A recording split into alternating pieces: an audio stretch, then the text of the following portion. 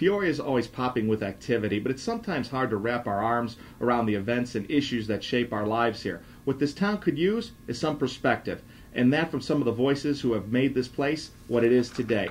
We're going to be leaning on the business and political expertise of a trio of Peoria's most venerable movers and shakers. This is going to be the first meeting about what we humbly call Luciano's Roundtable.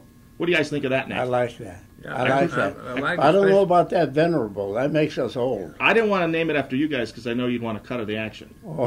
So I know how you are. With us, I like the round table when we're sitting at this square table. I was never good at geometry, Pete. With us here to my immediate left, former Peoria County Sheriff and State Senator George Shadid. Welcome, George. Thank you. In the middle, we have realty agent extraordinaire and Peoria singing mayor Jim Maloof. Welcome, Jim. Thank you. Thank you, Phil. And over there, patriarch of the Peoria Chiefs Pete Vonachen. Pete, thanks for coming with us. My pleasure. Looks like a lot of fun. We're going to talk about a lot of different issues, both things that are happening now and maybe a little bit looks back at things that have been going on in Peoria for a long time. But first I want to talk about something that's been going on in this city for a while, and it still is under some debate. And that is, at one time, Peoria was pushing hard for a new downtown mall, and that's where the Sears block is.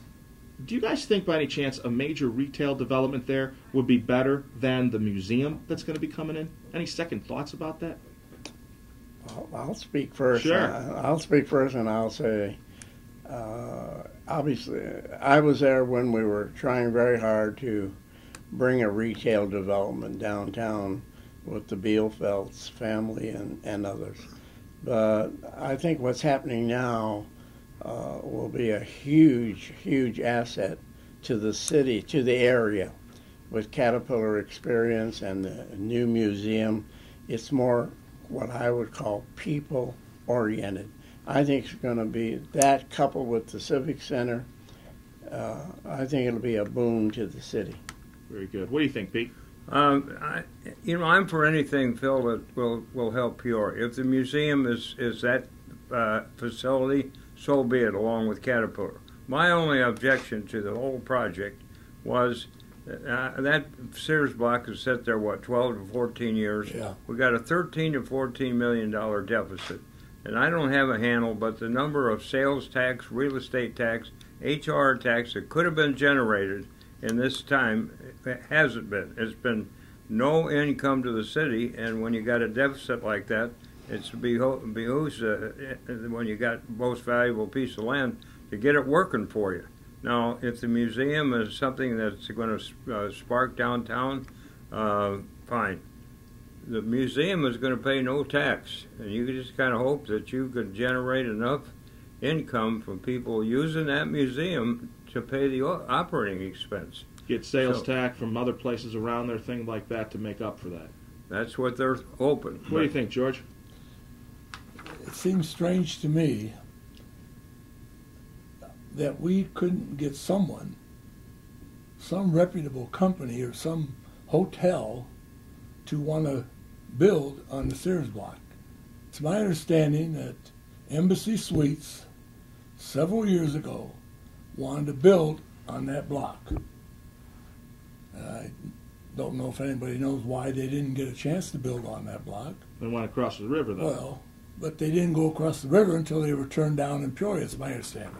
Well, that begs another question, and one we want to talk about today. You mentioned hotel, and there's going to be the $102 million Marriott Hotel down where the Pier Marquette is. Do you think Peoria can sustain, or Peoria's traffic, Peoria's business, Peoria's convention, can sustain a development like that right down there? Well,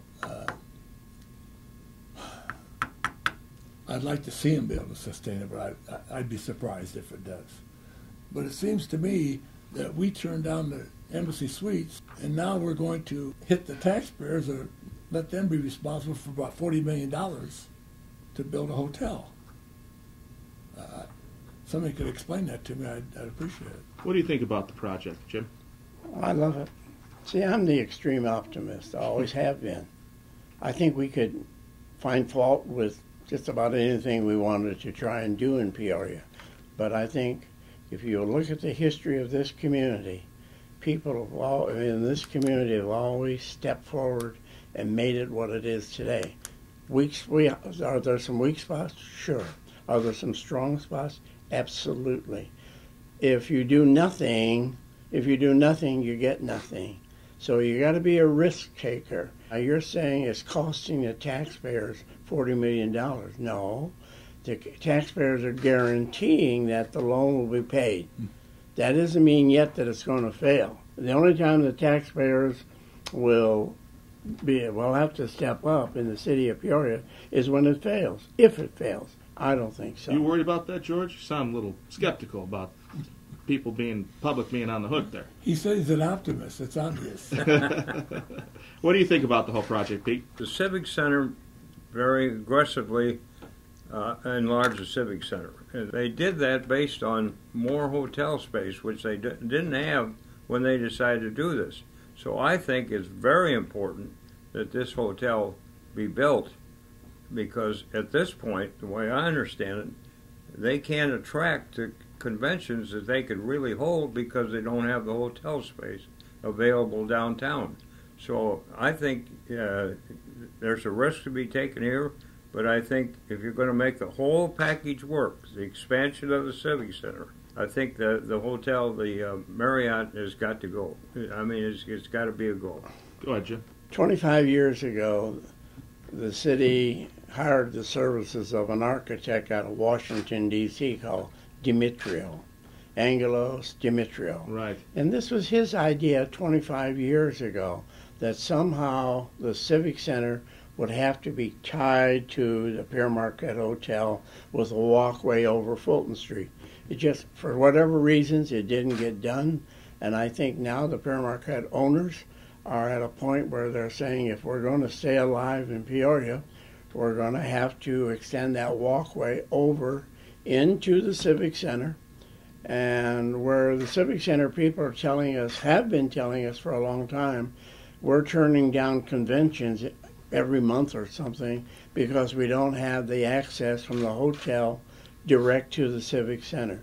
And this is what you're seeing is now is an idea that started 25 years ago.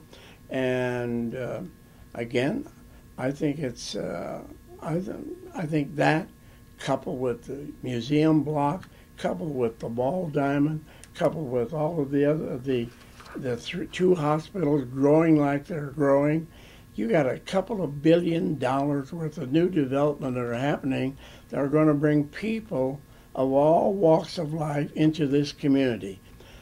Guys, it's a risk. Sure, it's a risk. But you don't take a risk, what happens?